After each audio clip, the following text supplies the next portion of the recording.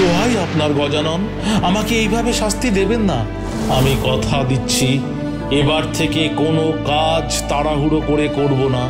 ছোট থেকে বড় সব কাজই মনোযোগ সহকারে করব। আমার এই নিবেদন গ্রহণ করুন। দুটো অস্ত্রের জন্য বিষ্ণুদেব এইভাবে হাঁটু গেড়ে বসে আছেন?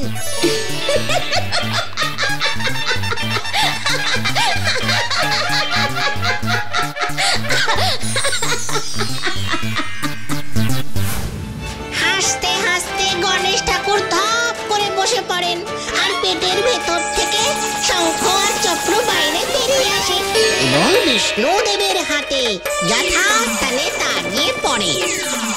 বিষ্ণুদেব মাথা নত করে গণেশ ঠাকুরকে প্রণাম জানান।